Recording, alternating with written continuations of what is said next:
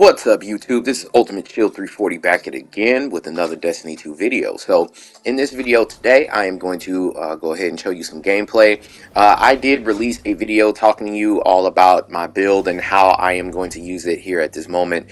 And so, I'm going to go ahead and showcase you that build while I go out and do this mission. So, I hope that you enjoy this video, and I will go ahead and let you see kind of the gameplay behind it. So, without further ado, here we go.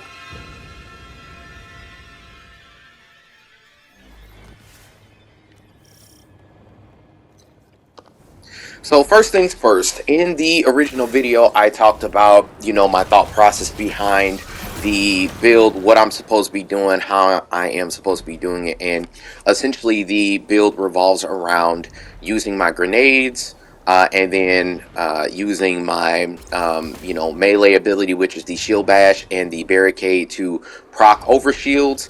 And as soon as I have over shields, I am going to be able to get my grenades back faster, and such and so forth. So the other added benefit to that is that it's going to provide a lot of overshield to both myself as well as my teammates, to not only give ourselves a buff, but then also to help increase everybody's survivability with that as well.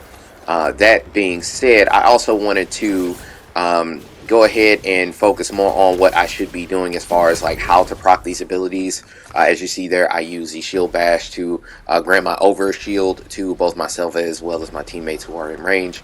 And that's essentially what the idea is. So one thing I did fail to mention in the original video is that I should have talked to you all about the order in which to use these abilities. Because of how the I have the aspects and the fragments set up, what you're supposed to be doing, this is just my recommendation, based upon my playstyle and based upon how the it's set up. You should throw the grenade first, and then you should use either your barricade ability or your shield bash to give yourself or your teammates the overshield ability. And then while that overshield is going on, you're regenning your grenade, and then you're supposed to be meleeing enemies in that meantime. And then once one of the overshield wears off, hopefully you should have your grenades back. But if for whatever reason you don't, then proc the other ability, which is either shield bash or barricade, whichever one that's not on cooldown should give you another overshield, which would be your second overshield, and then you should be able to regen the rest of your grenade back, and then be able to use that to proc everything else moving forward. Now I hope that sort of breakdown sort of makes sense, and I hope that I hope I made that clear. And if it's not clear, please by all means tell me so in the description down below in the comment section, and I'll be more than happy to sort of maybe further elaborate on what I meant.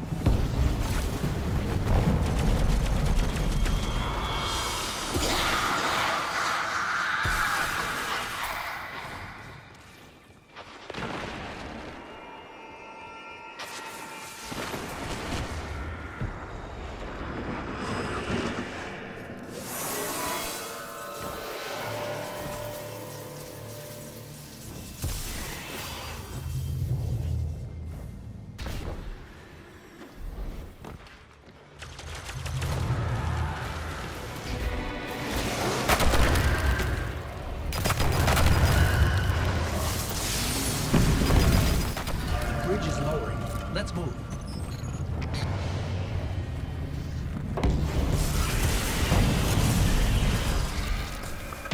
So this is what I mean right here. So you see I threw the grenade to kill up a bunch of enemies. I have volatile rounds, which I also failed to mention. The benefit of killing people with your grenades is that you're going to get the volatile rounds, and using the volatile rounds, you are going to essentially make the enemies explode in an area around anybody who you continue to damage with your volatile rounds, and it breaks through shields. And then you're supposed to use that opportunity to run up and melee somebody and create that overshield for you and your team. So Other than that, the general idea is to support your teammates as best as you can. You know, look out for each other, kill the ads as you see fit. And so the people that I'm running with as well is actually like this is a very good group as well. Being able to they mow down a whole bunch of enemies, and in fact most of them usually kill a lot of the enemies before I have that opportunity to sort of do kind of what I'm trying to do here with this build, which is okay. The idea behind it is to, again, I would consider myself a very new player to Destiny 2.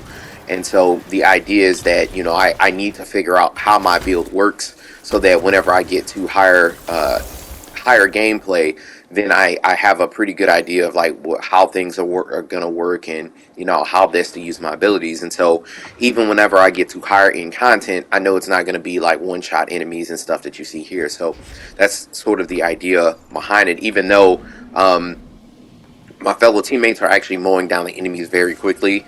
The idea is that I'm supposed to be learning how to use my build and use it to great effect. So if you ever find yourself in a situation like this, it's nice to be carried by higher level players, but the whole purpose is to hopefully that you're learning about your build and how to best utilize it to fit your play style.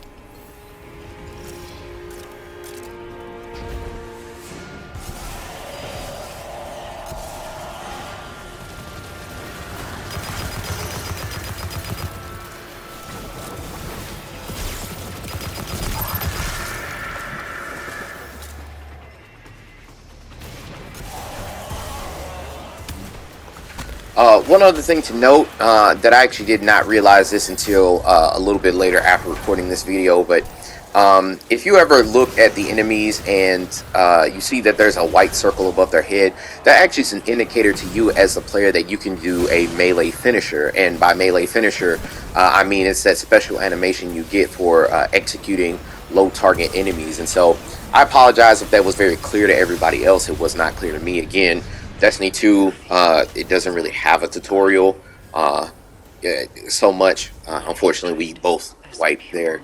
But I just wanted to make that aware to you for those of you who are watching who are interested in this game. The reason why I bring that to your attention is because in the event that you're making a build, or that you don't know, what's the difference between a melee finisher and a finisher. Well, the difference is that a melee finisher is just your regular, attack, but a finisher is, the actual execute move that you see with the white dot above their head. For PlayStation 5 players like me, the execute is that you melee somebody and then you press R3 to do the animation, and that's how you know that you've completed the finisher requirement of any build that you're trying to run, or try and meet any requirements for any power orbs or anything like that. Again, I wanted to bring that to your attention, and if it was obvious to you all, again, I apologize for giving you information you already knew, but I actually didn't know that until a little bit after recording this. So I just thought I'd make you all aware.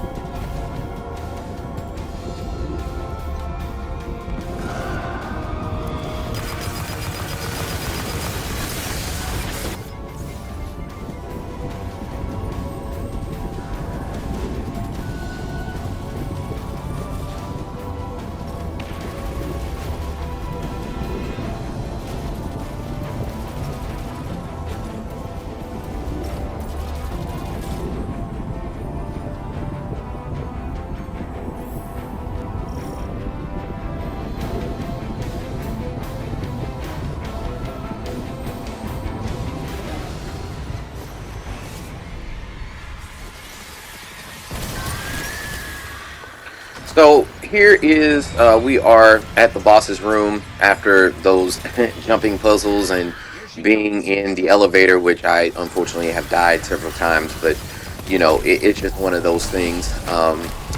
So we're here in the boss's room, and I'm using the you know, my ability to use my grenade to try and damage the boss, and I use the shield bash to go ahead and proc the overshield. I saw that the overshield actually wore off, and so I proc it again, and then you know, I'm trying to continue to keep up that buff, you know, to help support my teammates. Unfortunately, here at this point, you see that all of my abilities are down at this moment, but you know, my supercharge is up.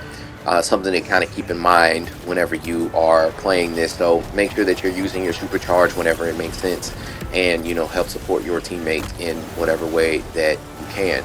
So to anybody who's watched this video up until this point, again, I want to go ahead and say thank you for your time and your audience. Thank you for, you know, taking the time to watch my video, and I hope that you have enjoyed it. And if you have any questions or comments or anything that you would like to make, by all means feel free to go ahead and put that down in the description down below in the comment section, and I'll try and do my best to go ahead and answer any questions that you have, or you know, make any comments that, you know, try and address any comments that you have. So other than that, thank you for all those who subscribe, watch the videos, and comment and all that. Appreciate you all.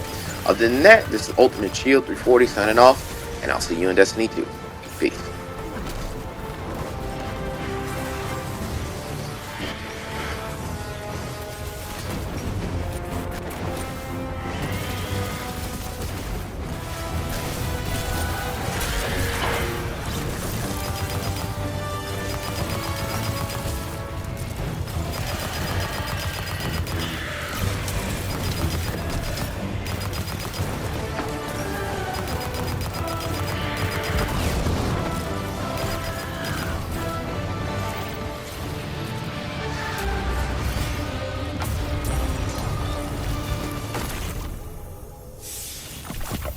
Eris, it's over. Hashladoon is dead.